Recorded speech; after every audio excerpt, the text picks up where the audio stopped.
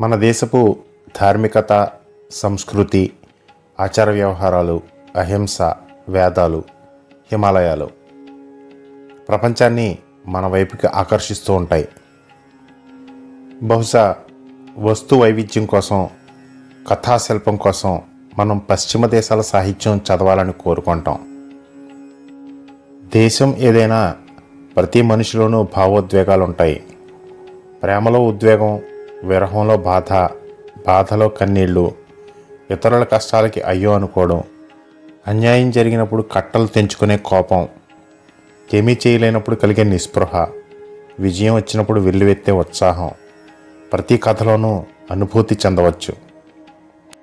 ఆ మధ్య నోబెల్ శాంతి పురస్కారం అందుకున్న మలాలా యూసఫ్జాయ్ ఆత్మకథ అయాం మలాలా చదివితే పాకిస్తాన్లో తాలిబాన్ల దుశ్చర్యలు తెలుస్తాయి.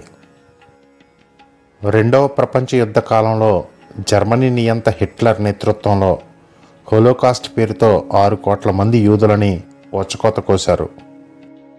ఆ నేపథ్యంలో అన్నే ఫ్రాంక్ అనే ఓ 14 ఏళ్ల పిల్ల నాజీ సైనికులకు దొరకకుండా అజ్ఞాతవాసంలో ఉన్నప్పుడు రాసుకున్న డైరీ ఓ చీకటి అధ్యాయానికి ప్రత్యక్ష సాక్షి.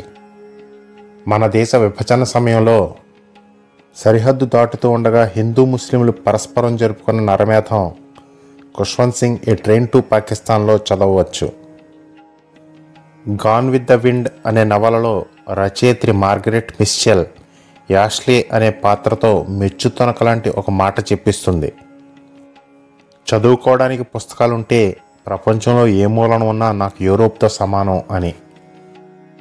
కాళిదాసు రాసిన మేఘ సందేశమో, షేక్స్పియర్ రాసిన రోమియో అండ్ జూలియట్టో, శరత్ బాబు రాసిన దేవదాసో, ఠాగూర్ కథలో ఆర్కే నారాయణ్ చిన్నపిల్లాడి ప్రపంచం స్వామి అండ్ ఫ్రెండ్సో, జేన్ ఆస్టిన్ ప్రైడ్ అండ్ ప్రెజుడిసో, ఆఖరికి హారీ పోటర్ నవలలో చదువుతుంటే మనం ప్రపంచంలో ఏ మూల ఉన్నా అది మనకి ఇష్టమైన ప్రదేశంగానే అనిపిస్తుంది.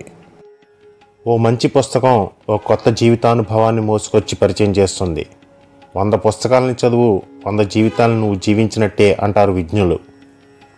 కళ్ళు తెరిచి చూపుని అక్షరాల వెంట పరిగెత్తిస్తుంటే కలల తివాచీ మీద కొత్త లోకాలని చుట్టి రావచ్చు.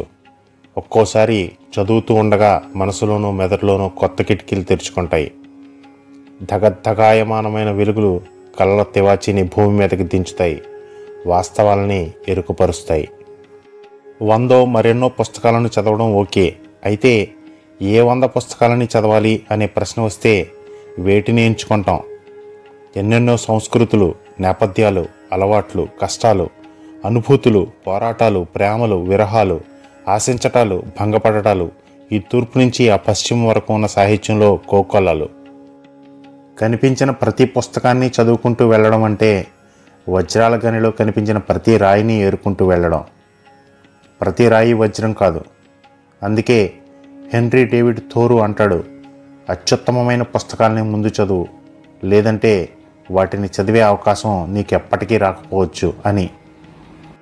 ఓ కథో నవలో బాగా నచ్చినప్పుడు దాన్ని గురించి నలుగురికి చెప్పాలనిపిస్తుంది. వజ్రాలు దొరికితే దాచుకోకుండా ఉండలేం, వజ్రాల్లాంటి విలువైన విషయాలను చదివితే పంచుకోకుండా ఉండలేం. నేను చదివిన వాటిలో మీతో పంచుకోకుండా ఉండలేని మంచి కథలు, నవలలు గురించి ఈ తూర్పు అపశ్చిమం అనే ప్లేలిస్ట్లో పాడ్కాస్ట్లుగా మీతో పంచుకుంటాను. ఆదరిస్తారని ఆశిస్తూ మీ దంతులూరి కిషోర్ వర్మ.